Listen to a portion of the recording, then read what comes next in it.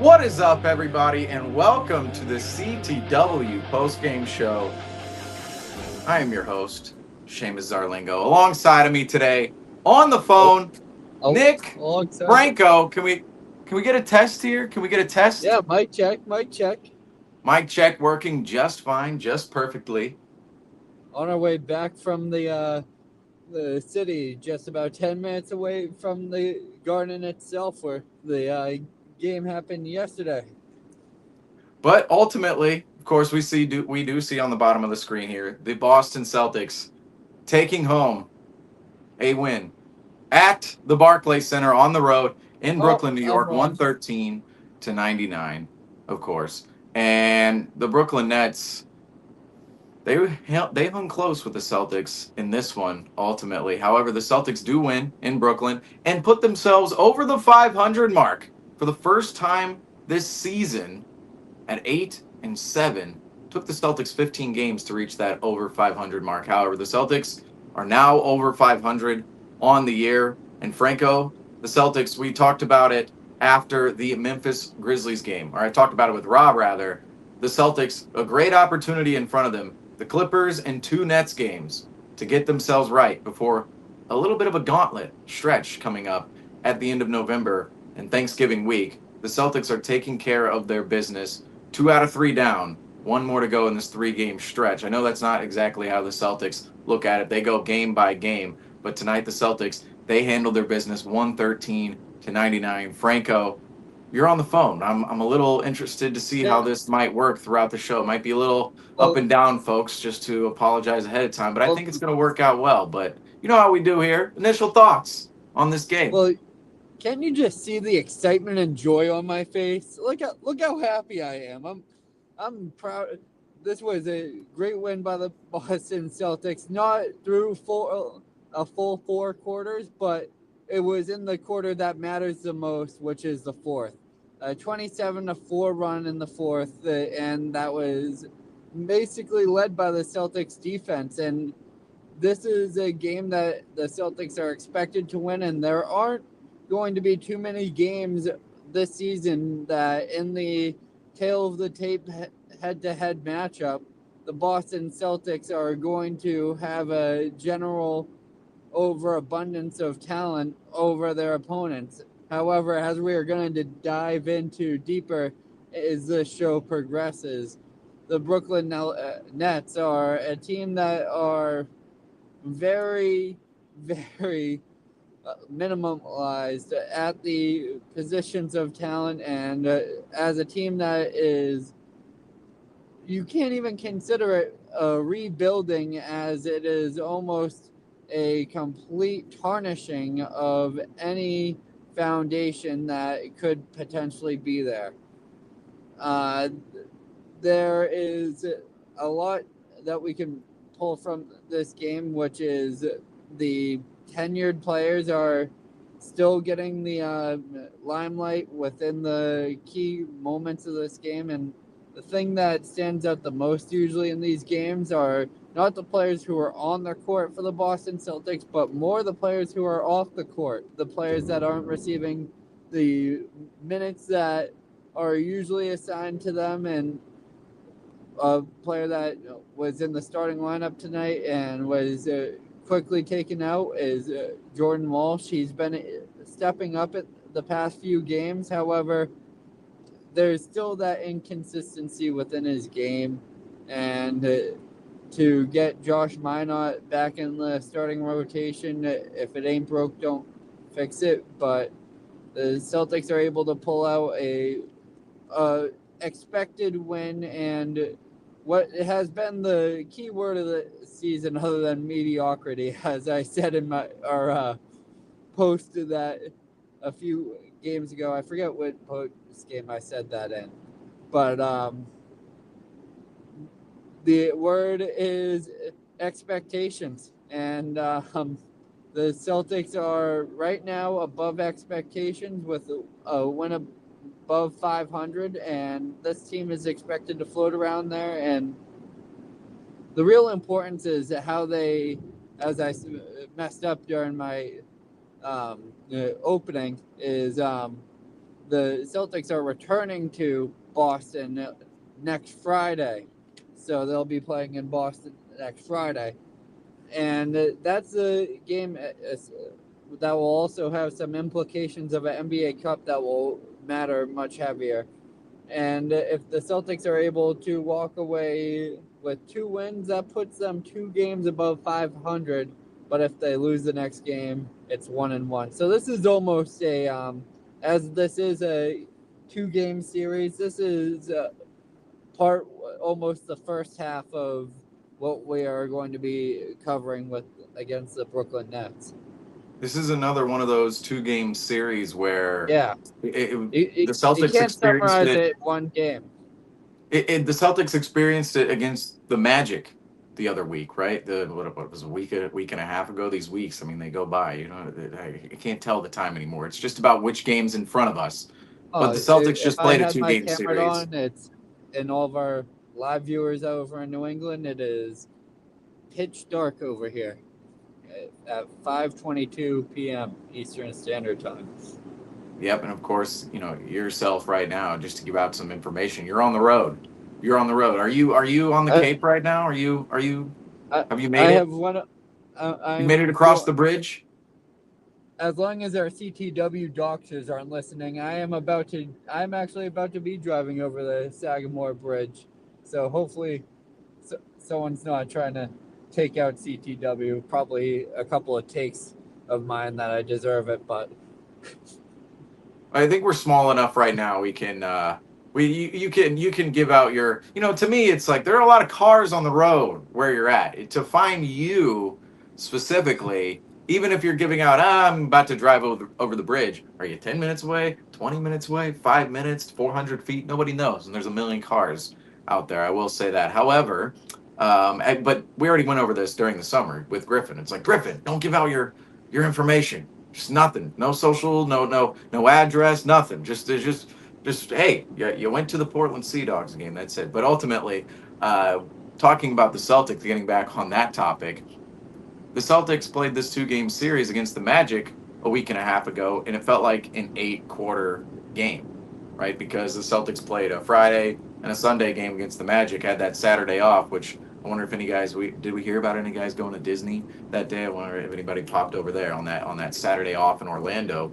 But regardless, the Celtics those quarters against Orlando, it felt like an extended game. This is what it's going to feel like for the Celtics on Friday, to a little bit different of a degree, however, because the Celtics, they're coming home to Boston on Friday for that game against the Nets, and it'll be an NBA Cup game, a very different atmosphere from a regular season game. Now, Celtics Nets, not really, it's not really a hyped game. Okay, let's just they're call it not how it is. People are not exactly coming out for Celtics Nets on a Friday. However, when you had the Celtics and the Nets, the New York and the Boston market, it's an NBA Cup game. There'll be a couple more eyes on it. Not the most intriguing of matchups, but it'll be a little bit different than just a regular season matchup in Brooklyn, as we saw last night. And to me, that Brooklyn game, a lot of Celtics fans in that arena. So a little bit different of an atmosphere with this 2-game series. The Celtics aren't playing in the same arena, but the concept remains the same. You see the same team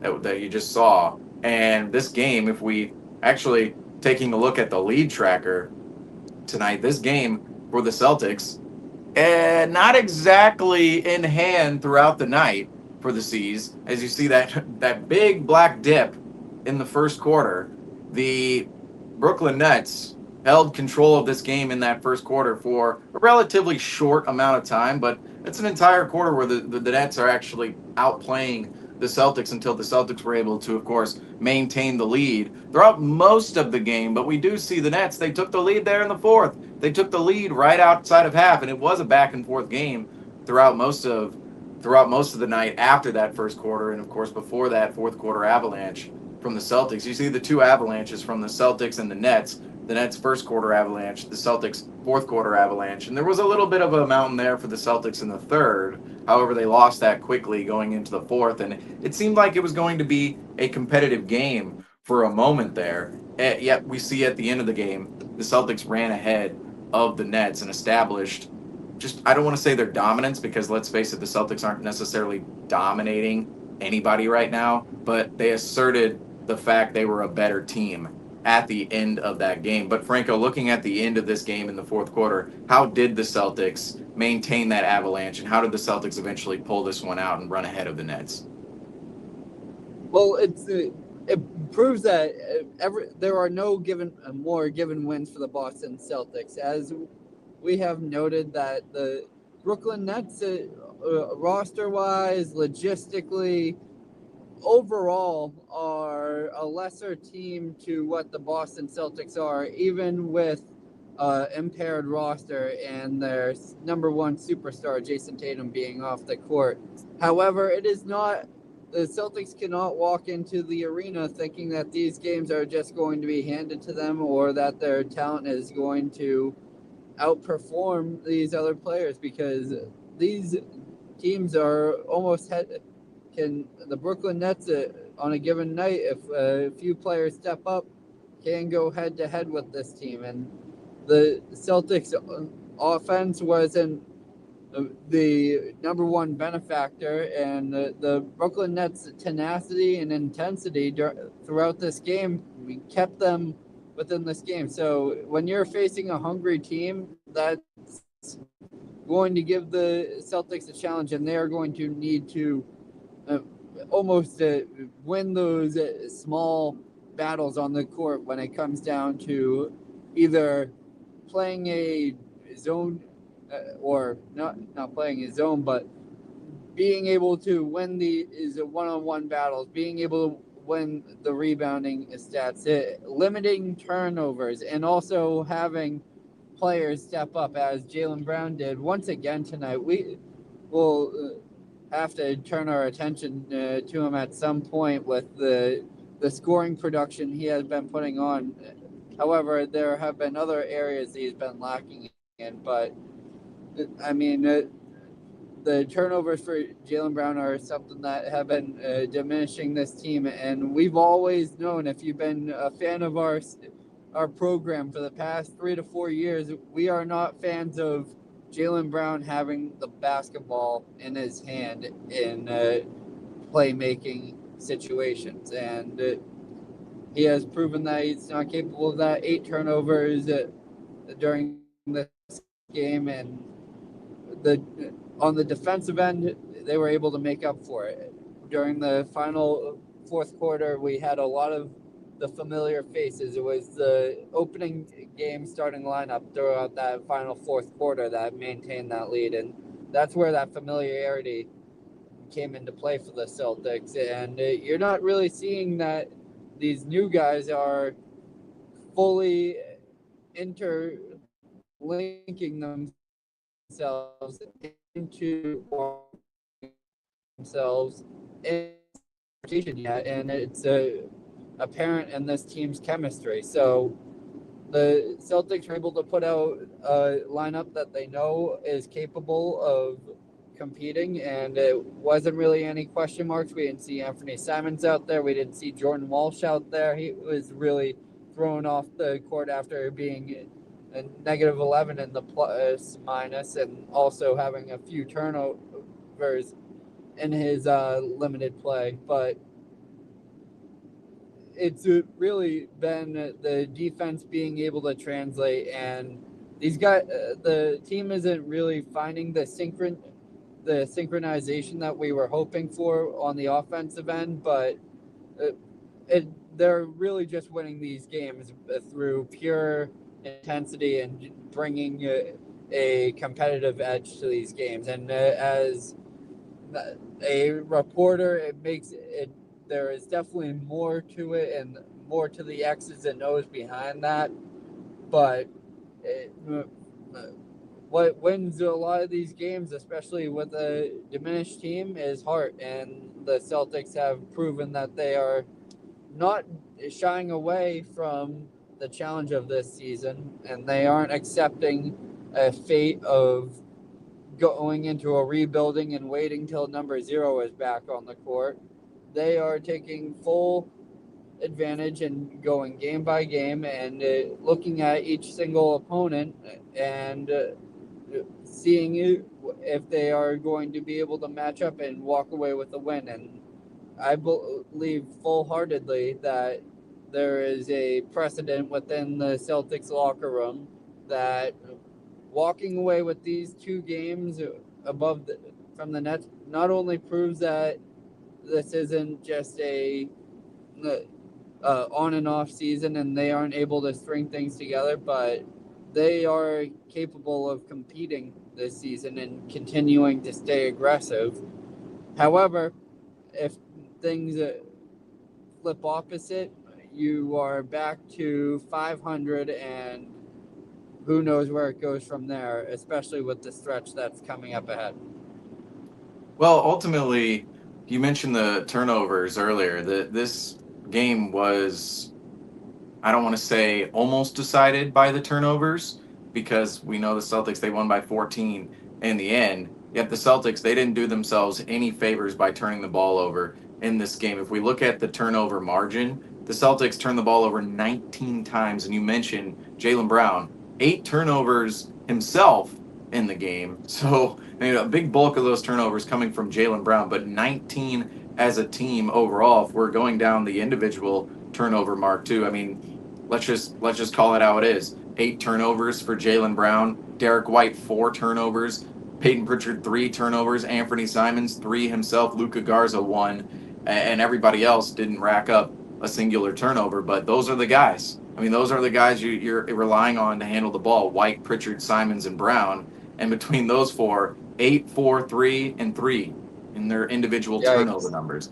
Not great. 19 for the team overall. Points off of turnovers in this game. The Celtics are lucky the Nets didn't capitalize more off that category, specifically the points off turnovers, because the Nets, they scored 21 points off turnovers in this game. The Celtics turned it over 19 times. That number 21 could easily be higher after an occasion like that. And then looking furthermore into it, 24 fast break points for the Brooklyn Nets to 8 for the Celtics. Those fast break points are valuable from the standpoint of those shots are easy shots. Those are the most open shots in basketball when you're running in transition and there's no defender in front of you. When it's a straight race down the floor and you get an open layup, that's one of the more open shots in basketball. And 24 points off the fast break for the Brooklyn Nets in this game. And that's what set the precedent for the Celtics needing a good fourth quarter, in which we saw 24-14 in the fourth quarter, a low-scoring fourth quarter, I must say. And the Celtics in that fourth quarter, what they were able to do is run ahead of the Nets by creating some of the turnovers on the other end. Because this game, the Nets, it's not like they were perfect, but 13 turnovers themselves. But the Nets in that fourth quarter, they gave the Celtics a couple of turnovers themselves in that fourth quarter. Just looking at some of the numbers, 6 turnovers for the Nets in that fourth quarter to the Celtics 3. So the Celtics won that margin by 3 turnovers, turned the Nets over 6 times. That was nearly half of the Nets' turnovers on the night coming in that fourth quarter. And the Celtics, they went 8 of 21 in that fourth.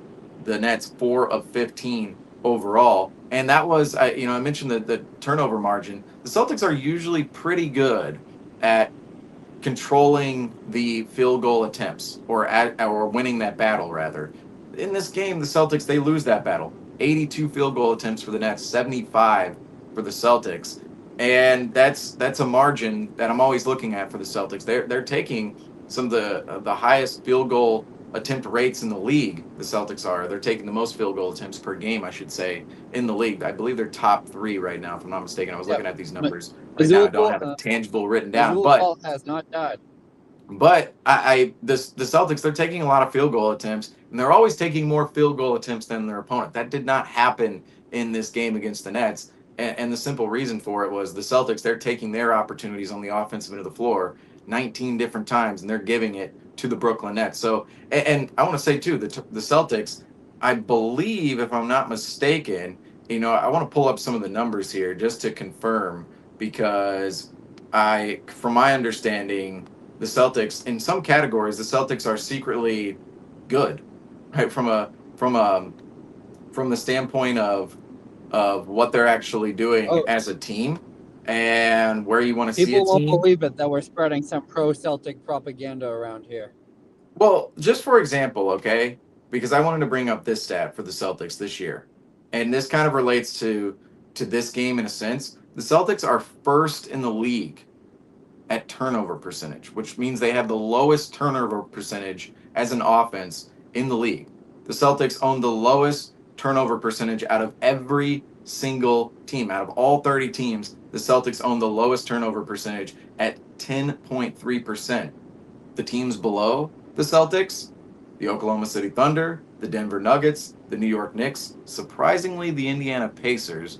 The Pacers' defense is really what's killing them. Offensively, the Pacers are actually all right, believe it or not, especially turnover wise. And then you have the Sixers, Raptors, Cavs, Heat, and you got kind of getting to some random teams, the Kings to round out the top 10 there. But the Celtics are first in turnover percentage. Now, defensively speaking, where the Celtics are at when it comes to that, the Celtics they're top 10 in defensive turnover percentage, which means they percentage wise they force the 10th most in the league. So the Celtics in this game, it flipped, right? It flipped for the Celtics. It's the Nets turning over the Celtics and the Celtics not capitalizing more so off the Nets opportunities the Nets are giving them. It happened in the fourth quarter, but for the entirety of the game, it definitely flipped for the Celtics. However, speaking more so on that fourth quarter specifically, what got the Celtics going? It was those turnovers. It was the Celtics running in transition, and you could feel in that fourth quarter at a certain point, about halfway through the fourth quarter, the momentum was starting to shift.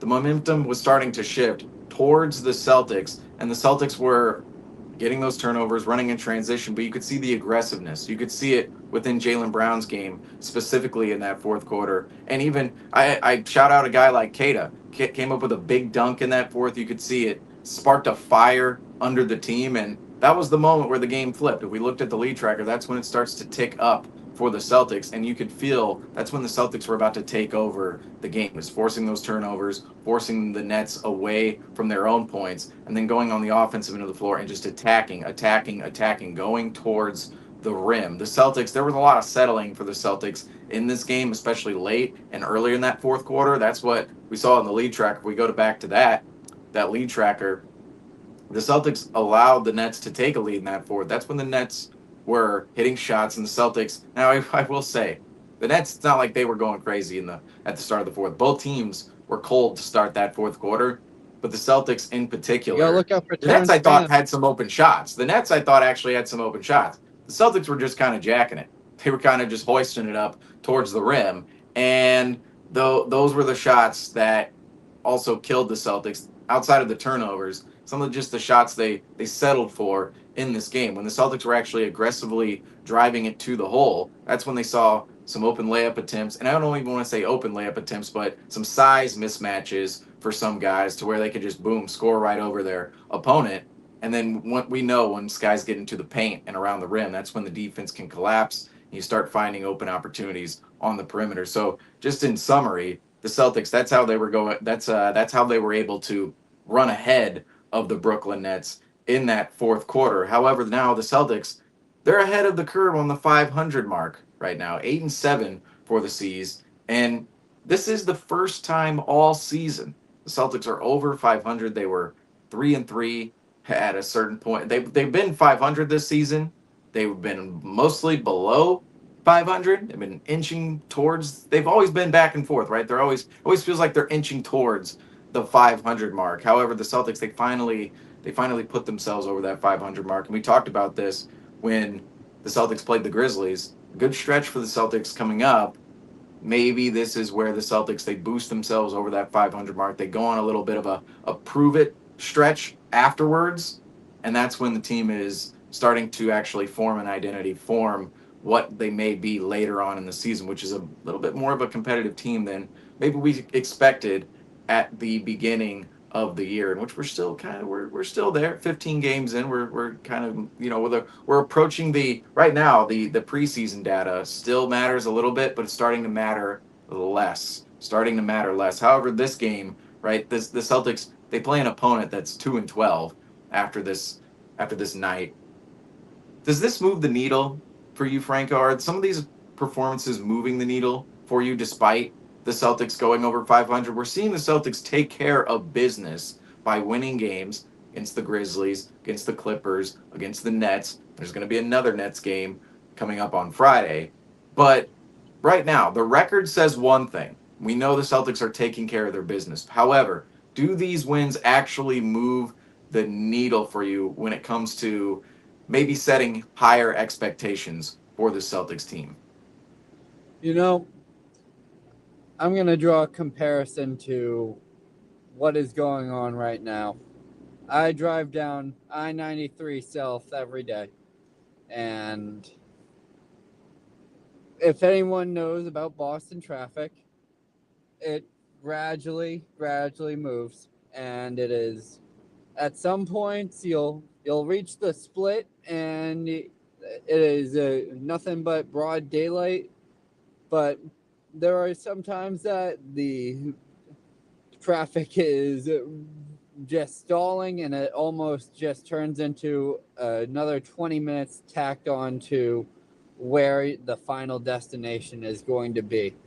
And that's almost going to be the track of what the Celtics season has been for me. It's been not needle moving. However, we are going at an exact rate that I expect them to consistently follow until there is a lull, and or there is an opening, which either means Jason Tatum is back on the court or the Celtics make some personnel adjustments that allow them to really pick up some speed and are able to create some movement. And once they are into the play-in tournament, what was that famous Dan Shaughnessy interview with Kevin Millar?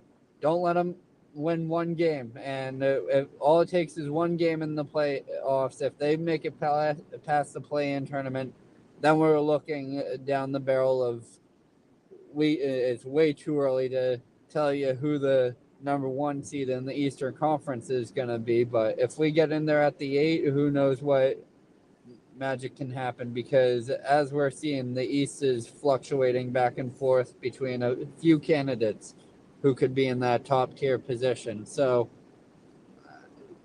the main premise of this season has been to remain aggressive, which is why it's kind of head scratching that the Celtics roster wasn't to a complete standard. Even if you look at it on paper, I mean, there are clear discrepancies within the Celtics roster, and it seems like those are holes that were almost, as we've said before, left open in either preparations within salary cap and knowing that move, and maybe, who knows, maybe that player that we've excuse me, we've been talking about, a Jaren Jackson Jr., a Anthony Davis, whose name has been started to circulate in trade conversations, a Naz Reid, a Nikola Vucevic, if we're looking for a more short-term answer. Maybe those guys weren't available during this time when the Celtics acquired Anthony Simons, and it's now been wait and see, and they were probably getting nose on the call, but call us back in February and see where we're standing and with our roster. That's probably the answer Brad was getting. So you continue to establish these guys' value, and you would continue to withhold this team at a margin of around 500, and it's not really even the win to loss ratio. It is a matter of where the standings and objectively where the Celtics stand, and because who knows, if they get to game 50 and Zero's back on the court, it doesn't matter if they are the 13 seed, they could bump themselves up 5 slots and make a competitive push. But it's all about how these situations and these minutes are handled now to have that in place for later. Ultimately, I right now, the Celtics are one of the more interesting teams in the league because of where they're positioned. Now, the reason they're one of the more interesting teams in the league is not necessarily what they're providing on the basketball court, but it's where does this season start to turn for the Celtics? Because in the standings right now, the Celtics sit at 9. They're 8-7. And I want to point out throughout this season, I've been very adamant about it on this program. The Celtics take care of the bad opponents. The only bad opponent the Celtics didn't take care of this year so far was the Utah Jazz at home. And, not to, this is a structural concern with the team, as we know, but the Utah Jazz, a lot of size out there, a lot of quality big men on their roster, some up and coming. And then furthermore, you have Yusuf Nurkic, the experienced big That man. was Danny Ainge. Danny Ainge likes to get his win over Boston anytime he can get it. That's his little personal victory. And there's also a whole bunch of other people that are That was a tied to bad that matchup franchise. for the Celtics. It was a bad matchup for the Celtics. Unfortunately, the Celtics should have won. Don't get me wrong, but rebounding wise, a travesty of an event that night on the Garden floor for the Celtics in the rebounding category against the Jazz, and they lose that game. But otherwise, they've taken care of the bad opponents. They've played up to the par of against opponents where you would think they're supposed to be at within the rankings of where you'd rank the Celtics within the odds market. And then furthermore, the Celtics, they haven't really played any great teams yet, which that is where the next stretch, I talked about this with Rob, is going to come into play.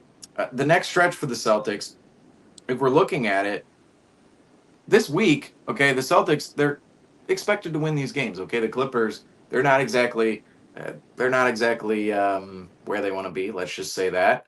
The Nets, they're terrible. Okay, the Grizzlies last week, the Grizzlies are just floundering at this point in time. Okay, so the Celtics in front of them, however, they had the Nets game on Friday. They play that game. At that point, if they win, they're 9-7. Great. The Celtics are 2 games over 500. The 2 games, I just want to mention this first before we go on to this next stretch. The 2 games in 16 games, if you were to include the Nets game on Friday, the 16 games, and the Celtics have only played 15 so far, but if you want to extend it to Friday, the Celtics, the 3 quality teams at the top of the standings who the Celtics have faced so far, New York, Detroit, and Cleveland. Well, Detroit and New York, fully healthy those nights, full squads. Now, Cleveland wasn't exactly healthy that night in Boston. And from that standpoint, the Celtics, they won that game, but it didn't feel like the Cavs were up to par. Now, another game I want to point out too, the Rockets game.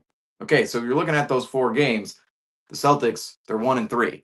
And the one game they won, you could chalk it up. If I'm looking at this from a Cavs perspective, right, they would say, well, not exactly the healthiest of rosters that night. Yes, the Cavs could have and should have given a better performance on the Garden floor that evening. And the Celtics, remember that game that Sam Hauser came out, the positive variance hit like a truck for Sam Hauser that night. He started the game out completely hot. Remember, 4 of 4 from 3, I believe 5 of 6 from 3 at the end of the first quarter in that game. And Sam Hauser, that was the one game throughout the year so far. We looked at Sam Hauser, highlighted him, and went, wow, if he could just do this more often, which unfortunately he really hasn't since that point in time. However, the next stretch, I do want to get into this. The next stretch after the Brooklyn game on Friday, this is the prove it stretch to me. And it's going to be capped off by a game afterwards that's going to cut the stretch, right? First, Sunday, November 23rd versus Orlando. Okay, the Celtics play the Magic at home. Wednesday, November 26th, the day before Thanksgiving, the Celtics, they play the Detroit Pistons at home. So 2 home games against Orlando and Detroit. Those are 2. I mean, Orlando's not up in the standings right now, but they're supposed to be that quality team. And I would say Orlando, just viewing from afar, it looks like they're starting to get their flow a little bit under them and starting to form their identity. Their footing.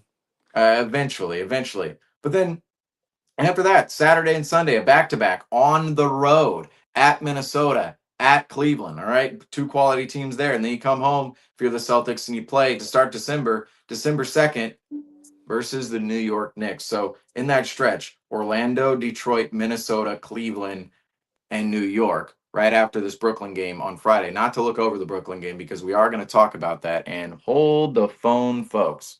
Hold the phone. Hold the phone. Wait a minute. Wait a minute. No, no, no. Wait a minute. What happened? Oh, Wait a minute. Whoop. Structural concerns here with the, let's see. Okay. Well, we're good now. We're good. Seems to be, actually, you know what we're going to do here, folks? We're gonna do some magic. You're not even gonna believe this. You're not even gonna believe your eyes. we're gonna make some magic happen. Now I'm gonna make sure the magic happens Magically? correctly here.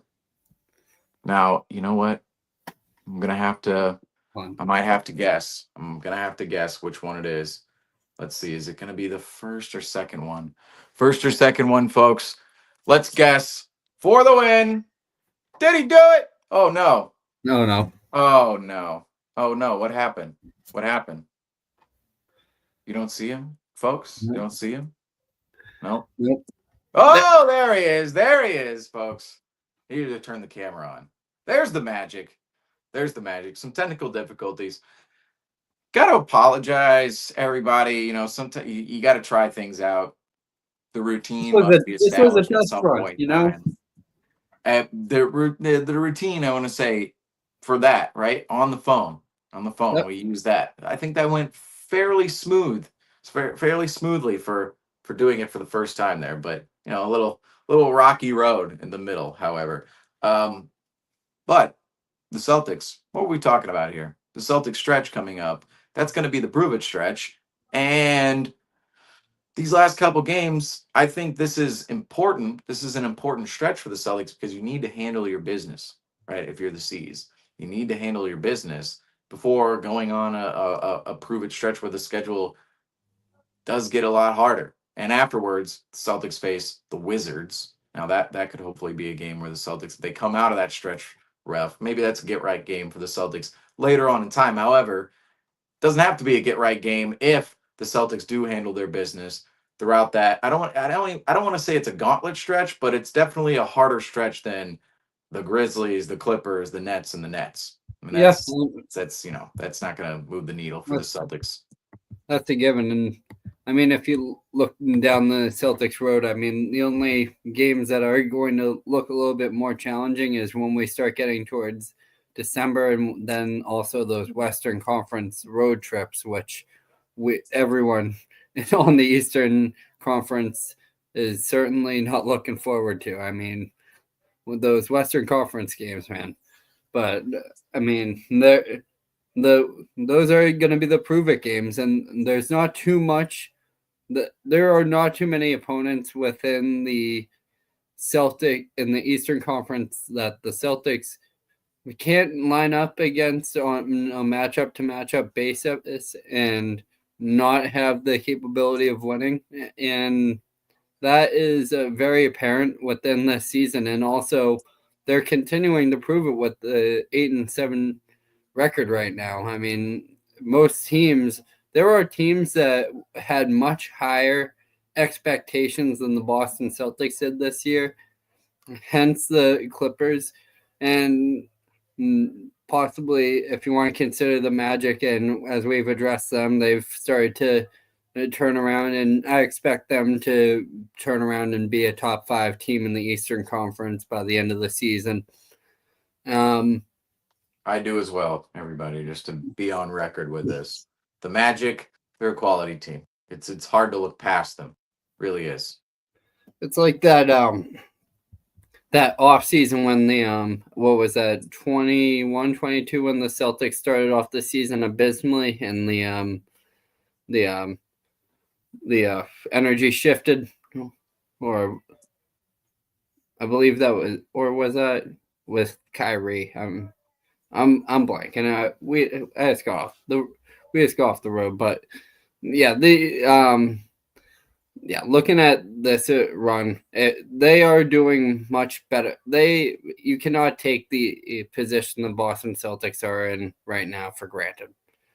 No, no, not at all. Because the 500 record, we've seen this before. The Celtics were 18-21 halfway through the year, in which halfway through a year in which they made the NBA Finals. So 8-7, they're above 500 now. They're not 3 games below, and they're not 40 games in. Right? I mean, they're 15, and this is again where I think these next 5 games after the Brooklyn game on Friday, in which we'll get to, and I hope the mentality I have right now in this post game. I want to say with these 5 games coming up, I hope the Celtics don't have the same mentality. You know why? Because I'm sitting here going, well, we'll get to that Brooklyn game, but the next 5 games, I mean that. But you're playing the Brooklyn game first. Yeah, we got the cup. We get to see the. Do we get to see the gold jerseys on the green court? That would be a question for Justin. However, looking at locker vision, I'm going to go ahead and say we're going to see white net jerseys and black Celtic jerseys. That's usually the combo for the NBA Cup. I'm not a huge fan of it, but it's usually a team statement jersey versus a team. So the home team usually wears the statement jersey, and the away team usually wears the icon jersey, which the icon jersey, they're all the white jerseys. And the statement jerseys, those are usually the darker jerseys. Doesn't have to be black, but some teams, right, alternative rather. But let's see, NBA locker vision. Let's actually check on the matchup just to confirm this for Friday here. And the Celtics, I'm wondering when they wear their, I gotta say, the city jerseys, just to comment on the 25-26 city jerseys, because remember last year at this time, we were, well, myself rather, trashing on last year's city jerseys, the action green jerseys. This year, I gotta say, I love the gold jerseys. I think the gold jerseys, they have a little bit of I think the Celtics could build off those. You could have the white gold jerseys. Now they wouldn't come around again, but they're good for this season. Go back to the green and gold. That's the gold right behind me here. I don't know which side I'm pointing to. Right here, folks, right here. This gold, this is the gold that's on the Celtics jersey. Now, we wanted that gold back. We didn't want to see yellow. We wanted to see gold. And that's what we saw. But I want to see the Celtics maybe bring this green one back. Maybe there's a black version in there with gold and green. I think that could maybe look cool as well. Who knows? You could maybe spur off that. However, I'm going a little bit too deep on the tangent here for the jerseys. However, on Friday, the Celtics, they'll be wearing their statement jerseys, and the Nets will be wearing their association jerseys. And I apologize, folks. I mentioned the icon jerseys. The icon jerseys are the away jerseys. So every team's away jersey. Not really, there's no home and away anymore. But the association jerseys, those are the white jerseys. So not the icon jerseys. The icon jerseys, say for the Celtics, for example, those are the green jerseys. This game that we just covered here, the Nets just wore their black icon jerseys. And then ultimately the association jerseys, the white jerseys, just to square that away. Yeah. However, talking about the Brooklyn Nets, the Celtics will play them on Friday in the NBA Cup. And watching the Brooklyn Nets so far this season, which I can't imagine too many people are doing right now, as the Nets sit at 2-12. The Nets made 5 first-round picks over the offseason, and of course, we were there for them. If you we were there for every single one. Everybody, go check out the 2025 our full reaction, live reaction to every single pick. And if people see my reaction that night, I didn't like any one of them. Zero. And of course, the Nets, we were live for this one too. Cam Johnson, the Nets traded away Cam Johnson for Michael Porter Jr. and formed this really wonky, weird squad we saw out there on the floor tonight. But specifically looking at the 5 first-round draft picks for the Nets, are any of them looking like NBA guys to you? Obviously, you were very high on Danny Wolf. However, Danny Wolf receiving the lower end, the small end of the straw, the small straw right out of the bunch of the 5 first-round picks. He's playing the least amount of minutes right now. But do you see, out of the 5 first-round picks from the Brooklyn Nets in 2025, are any of these guys impressing you so far? I mean, the record can speak for itself, and also you got to look at what is constructed around them. And to draft 5 first-round draft picks, I'm sure if we did some digging around the Brooklyn press and through the Brooklyn media, I'm sure someone had to have asked the GM this question of, was it their plan to walk in with 5 first-round draft picks into that draft? Because there is not really a chance that they were probably doing that. Were they looking to trade up for someone? Were they looking to move those picks in value for another player to pair next to Cam Thomas, who wasn't on the court for the Brooklyn Nets for this game? And they also moved off of a young and promising player, Cam Johnson, who could have been a part of that foundation in Brooklyn. If you wanted to start to build around this team, you have Cam Johnson, you have Claxton, you have Thomas, and then you add these 5 Brooklyn draft picks from this year, Igor Demon being the highest picked out of them all.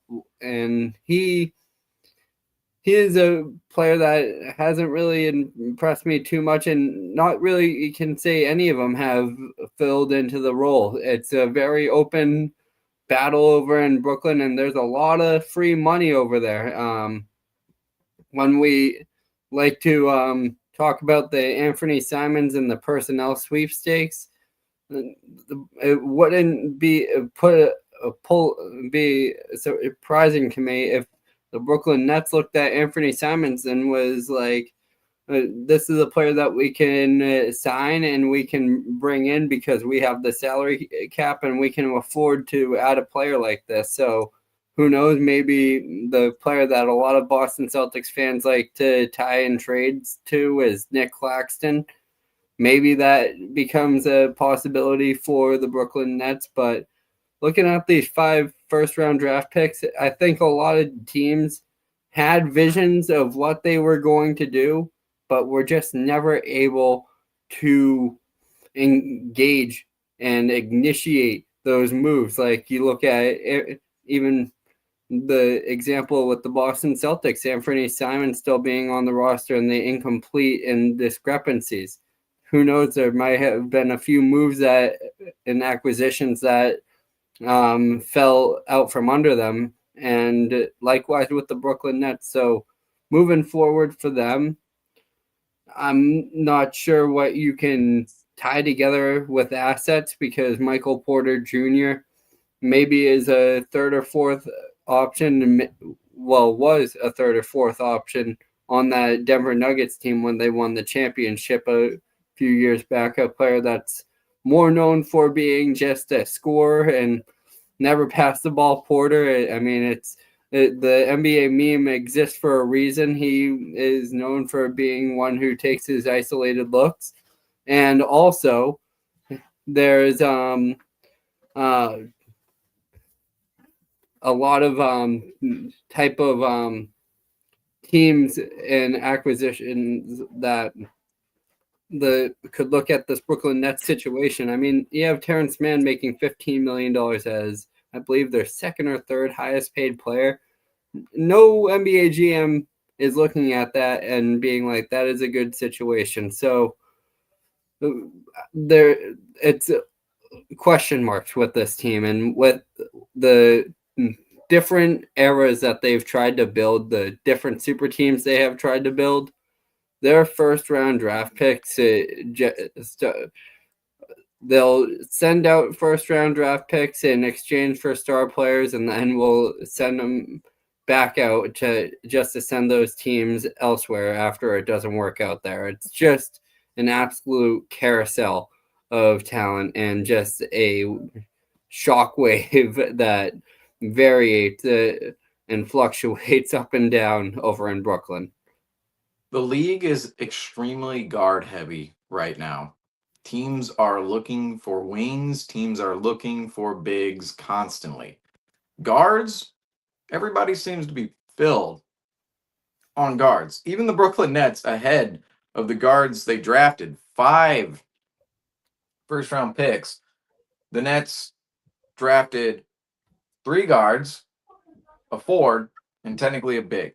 All right, and Danny Wolf, some can argue whether or not he's a big or not. But rather, after that, you also have Cam Thomas, at the top of your roster, to me, okay, number one, oh, as Franco disappeared. But to me, number one, he's safe. Never disappeared. Safe, so. What are you talking about? Too much magic. Oh, well, not the Orlando Magic, the Brooklyn Nets. But ultimately, the Nets' first round picks, they drafted 3 guards going, what is the future of these 3 guards playing together on a team if they work out? Say all 3 of them work out, right? But I'm concerned about any one of them working out. I thought Demon was extremely high for 8th. I wasn't a huge fan of Traore as a prospect, nor Ben Serif. And the Nets took a swing on all those guys, put them all on the same team. So far, they're giving Demon they're giving Demon and Powell the most run, right? Powell and Wolf. So they went what? Demon, Traore, I've been getting them mixed up Sarah, and Wolf. No, Yeah. the order in which they went in, draft wise. Okay? It didn't really even matter because Salary wise, I guess it matters to these guys. But yeah.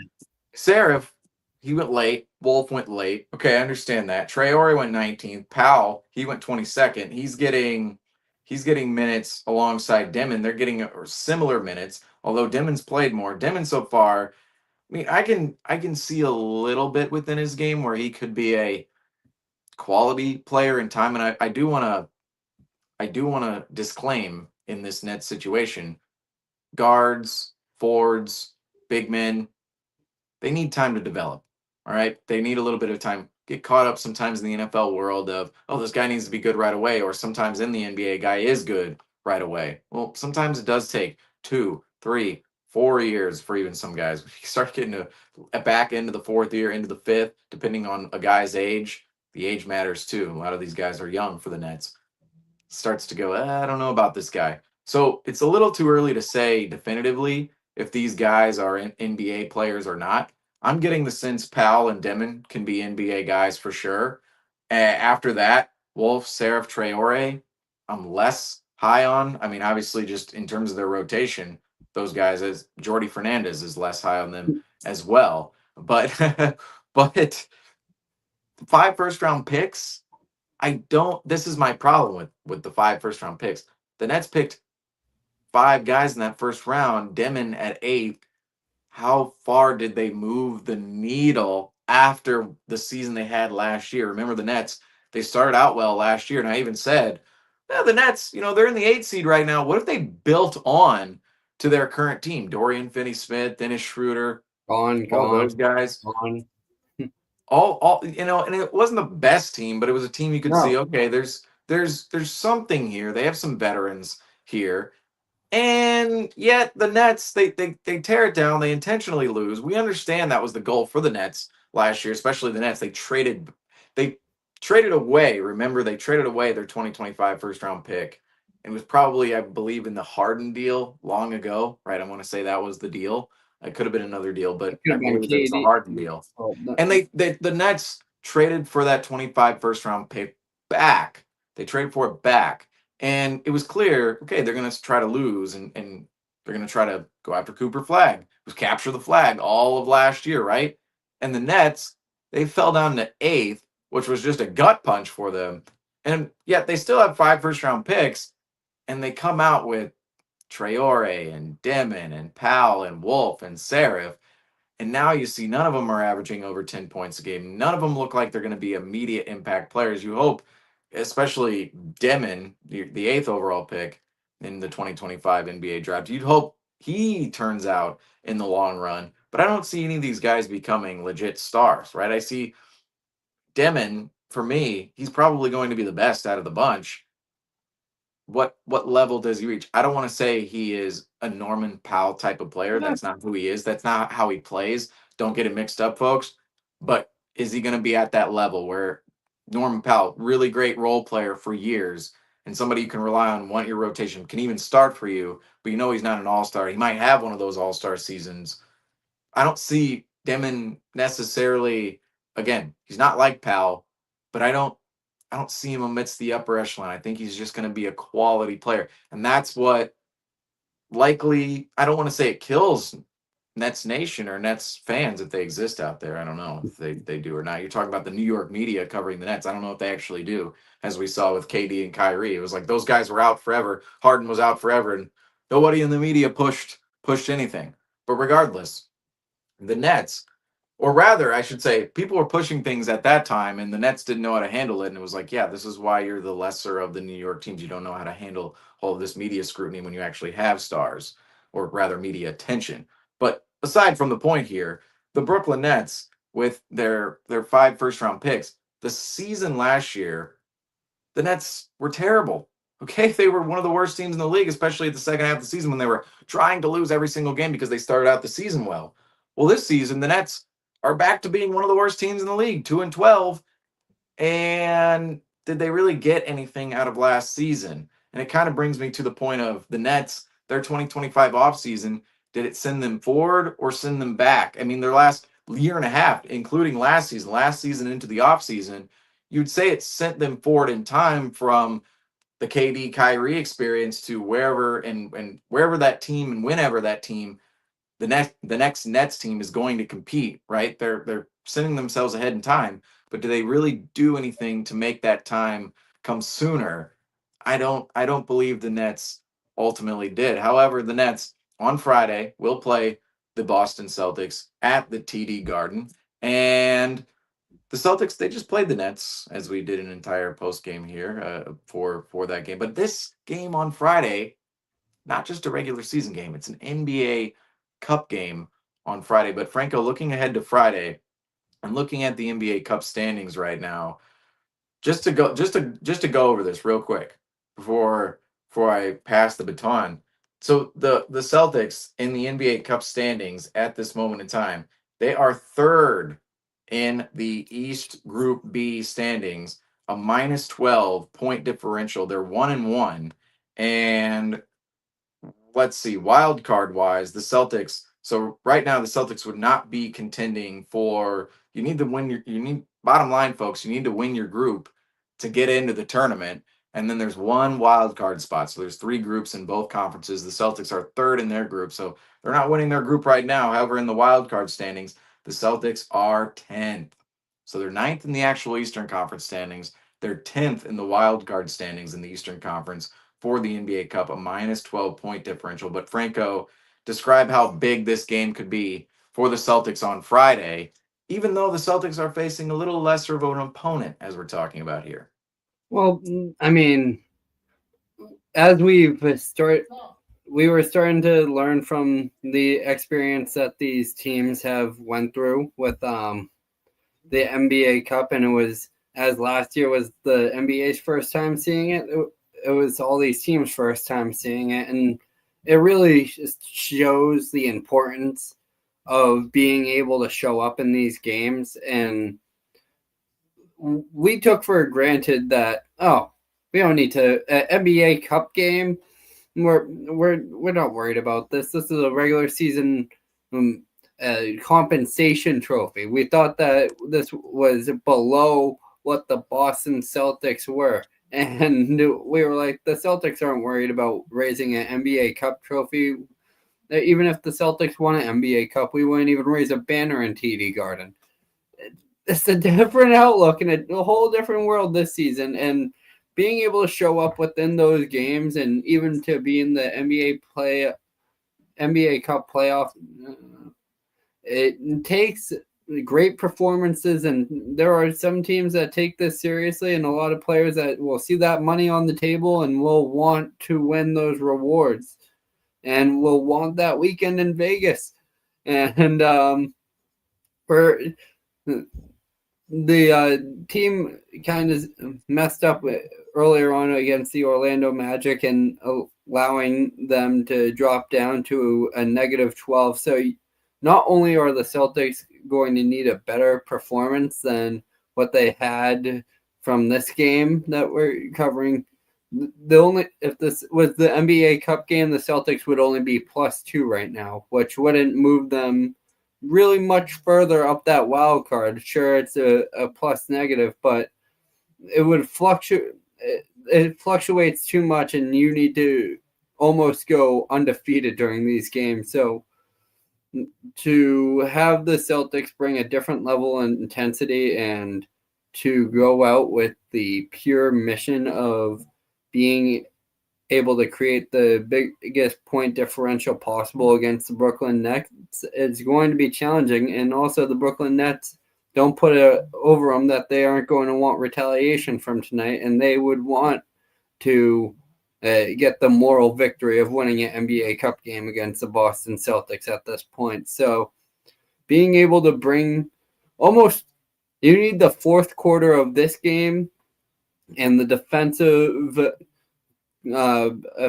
intensity to translate right over into the first quarter of the game coming up on Friday. You need to have that also continue to roll, and you also need to have your offensive stars start to interlink and develop that chemistry. And this could be the game the Celtics get out to 2 games above 500, and could be the game this we could say the Boston Celtics are starting to form their identity and what could be the ideal argument if you want to talk about if this team should remain aggressive or take the conservative approach heading into the playoffs this year.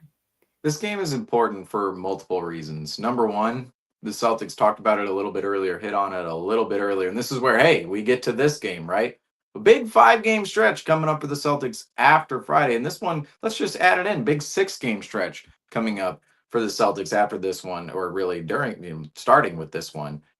The Celtics, if they don't take care of their business on Friday, their schedule is going to get a little bit tougher over those next 5 games. The Celtics, if they're 500 going into that and they drop a game against one of the worst teams in the league, they give the Nets a third win on the season out of, 15 games at that point.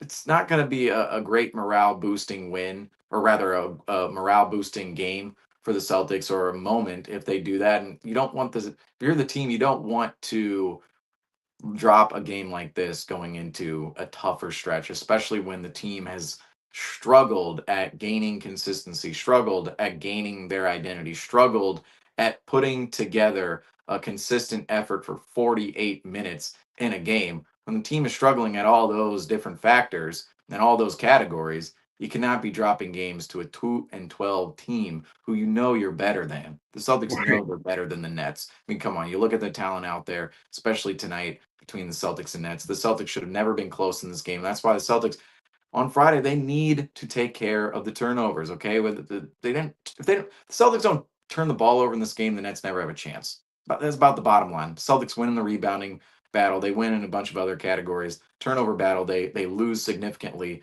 Fast break points battle, they lose significantly. And that's where the Nets were able to find their way in this game before the Celtics ran ahead in that fourth quarter, forcing the turnovers themselves, getting the fast break points themselves in that fourth quarter, and then getting themselves some easy buckets, whether on the perimeter or by the rim, some tough buckets by the rim, and then those setting up for some easier shots on the perimeter. However, and second reason, though, this game's important for the Celtics. If the Celtics, number one, don't win the game, okay, if they don't win the game, they're done with the NBA Cup. But number two, if they win the game and they only put up a small point margin in that win, right? Celtics are likely out of the NBA Cup tournament. Okay, the point differential isn't good enough. The record right now isn't good. It's 1-1 with a minus 12 point differential. Like I just said, 10th in the East, and they're third in their group. I mean, they're a long way away. They're a You're long way going to need away. to drop They need to win these next 2 games by a significant margin to feel, because winning their group. Okay, just to talk about this for one moment here. So the standings. To win the Celtics group, okay, so first, the Pistons are in the Celtics group. They have a plus 27 point differential. They're 2-0. The Magic are 2-0. They have a plus 20 point differential. The Celtics, they have games against the Nets and the Pistons coming up. All right, folks? They have games against the Nets and the Pistons. Well, the Pistons, you can make up that a win there, and even also shout out Dave. Shout out Dave. All right. I couldn't read the name on the small screen, but the big screen over here, I could read it. I could read the name over here. But regardless, the Pistons, you can make up one there. Okay, the Nets, the Nets, they're minus 25. They're 0-2. They're probably out. Philly 0-2, minus 10. They're probably already out.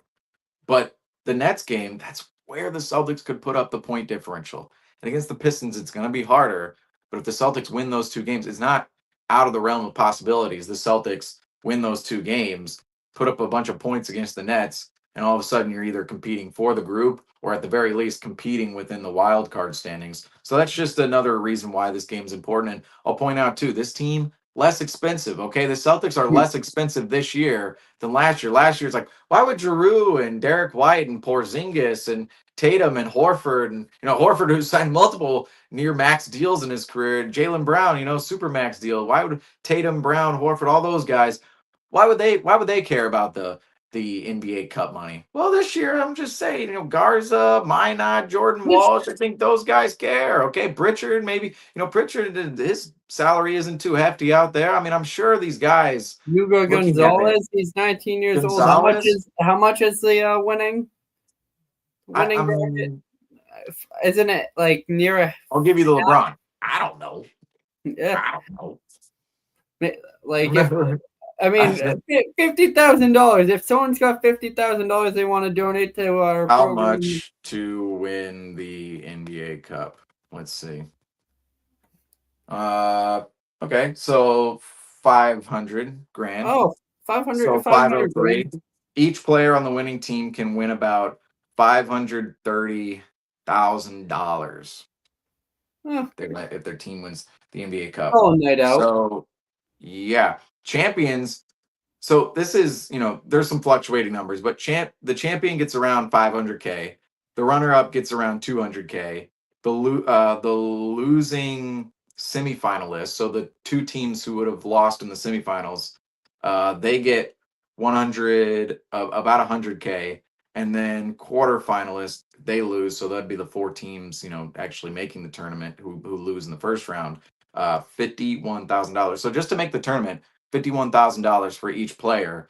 And then to advance into the semifinals, $100,000. To advance into the finals, that's $200,000. And to win the entire thing, that's $500,000. So those are your pay rates. Now, the numbers are going to fluctuate a little bit, a couple extra grand on the back end of those, I'm sure, for tax purposes, for whatever. The money, let's face it, folks, the money doesn't always go straight into the players' pockets. It runs through a couple of people first. But that's what the Celtics and Nets, that's what they're looking at on Friday. And of course, we will be here on the Celtics Talk Weekly postgame show on Friday to cover it for you guys. However, that is going to do it for us here on the Celtics Talk Weekly postgame show. Do not forget to join us on Friday as the Celtics face the Brooklyn Nets in the NBA Cup.